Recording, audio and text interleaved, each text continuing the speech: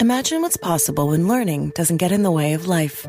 At Capella University, our game-changing FlexPath learning format lets you set your own deadlines so you can learn at a time and pace that works for you. It's an education you can tailor to your schedule. That means you don't have to put your life on hold to pursue your professional goals. Instead, enjoy learning your way and earn your degree without missing a beat. A different future is closer than you think with Capella University. Learn more at capella.edu. At Sierra, you'll always find apparel, footwear, and gear for 20 to 60% less than department and specialty store prices. But right now it's clearance time, so you can save even more on everything you need to get active and outside. Visit your local Sierra store today. This is Optimal Living Daily, The Paradox of Choice and the Dangers of Perfection by J.D. Roth of GetRichSlowly.org, and I'm Justin Malik. Happy Sunday. Welcome to the award-winning podcast and one of the only podcasts in the world where blogs are narrated to you for free with permission from the authors. That's super important. Now let's jump right into our post and start optimizing your life. The Paradox of Choice and the Dangers of Perfection by J.D. Roth of GetRichSlowly.org. As important as I believe National Save for Retirement Week is, I have to confess that after 4 days, 5 if you count Sunday, I'm bored of it. My short attention span has dwindled. Imagine the difficulties I'm having as I try to concentrate on writing a book for 3 months solid. Instead, I want to shift gears for a moment and talk about a subject with immediate real-life implications, the dangers of perfection.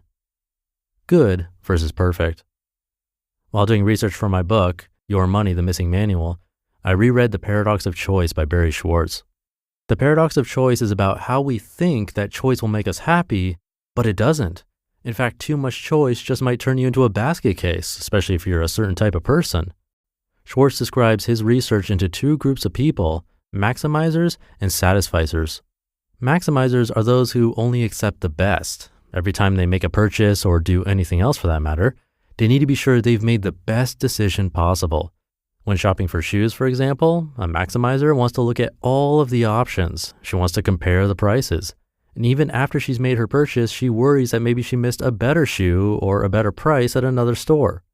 Satisficers, on the other hand, have learned that, contrary to conventional wisdom, good enough often is. Satisficers have learned to settle for something other than the best. A satisficer still has expectations and standards, but once she's found something that meets those standards, she buys it. When shopping for shoes, a satisficer makes do with a pair that meets her needs at a price she can afford. Many maximizers believe that satisficers are comfortable with mediocrity. That's not necessarily true. Satisficers are just as interested in quality as maximizers, but they're not willing to spend the extra time moving from excellent to best. The problem with perfect. As you might guess, maximizers are not as happy as satisficers.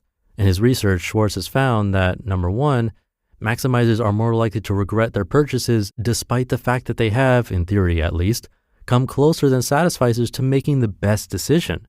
Number 2, on the flip side, satisficers generally feel more positive about their purchases. They know they've made a choice that met their expectations. And number 3, maximizers enjoy positive events less than satisficers, and they don't cope as well with negative events. Maximizing and satisficing have important implications in the world of personal finance. Researchers have found, for example, that when an employer increases the number of options for retirement savings, the likelihood that employees will actually save for retirement goes down. Similarly, you could spend a lot of time searching for the bank with the best CD rates or the mutual fund with the best returns. Soon, though, something better would come along and you'd be unhappy. For most people, it makes more sense to make a good choice and stick with it. Maximizing in real life. I like to think that I'm a satisficer, and in many ways I am, but the reality is I'm a maximizer. Too much choice paralyzes me. Let me give you an example I've been saving for months. Last spring, I got a haircut I really liked. As we were finishing, the stylist offered to sell me some product. But when I saw the prices, I balked. I could walk next door to the supermarket to buy product for much, much less. So I did. But when I got to the hair care aisle, I was greeted by an intimidating sight. I counted at least 49 different options. And that's just a small portion of the hair gels, creams, and mousses available to me. I spent 15 minutes looking at all of the options, no joke, while Chris did the grocery shopping. And you know what? I still wasn't able to pick one. I went home without any product and just combed my hair with water as I always have. Too much choice is no choice at all. Researchers have demonstrated repeatedly that if you give a consumer a handful of options, he's happy. He feels in control of his life.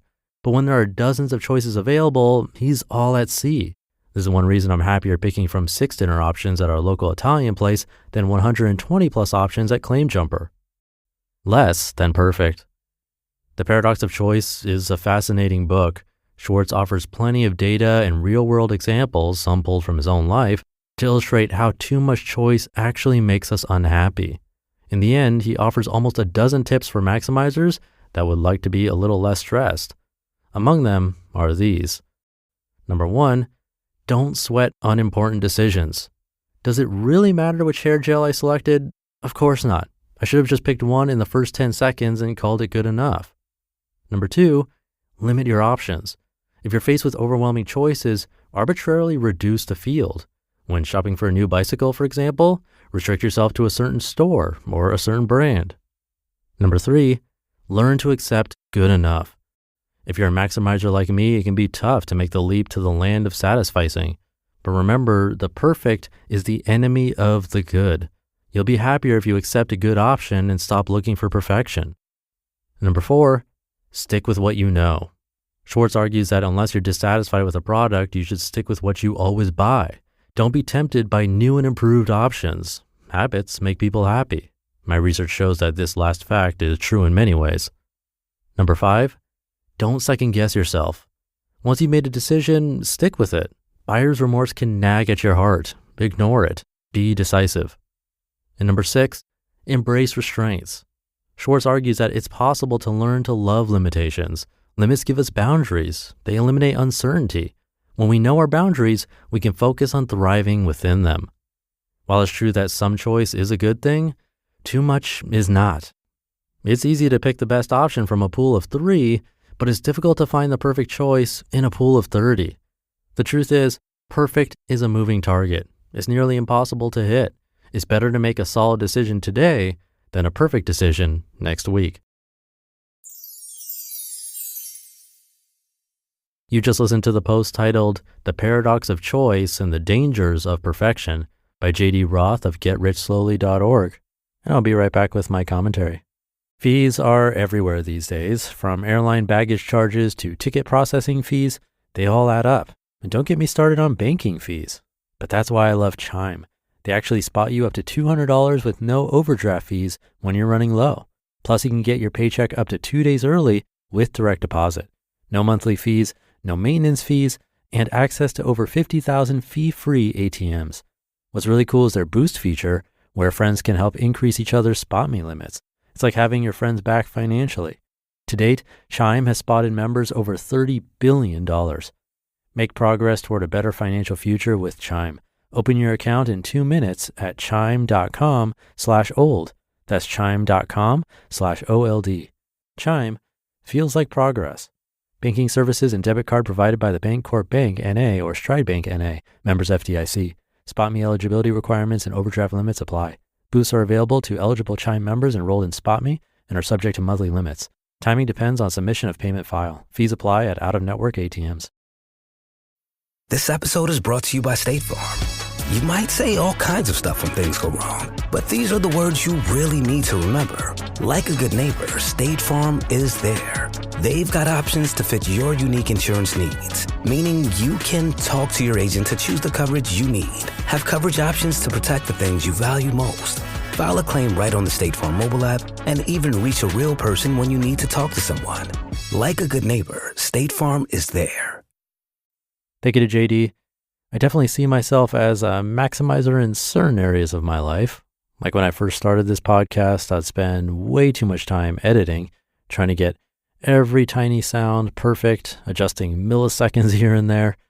Luckily, my business partner helped me realize that most people are probably listening while they're doing something else, like driving, exercising, or whatever, and they're not scrutinizing every little detail like I was. And I especially like that point about habits making people happy. That's something we've talked about before on this show, how having some routines and consistency can actually be freeing rather than restrictive.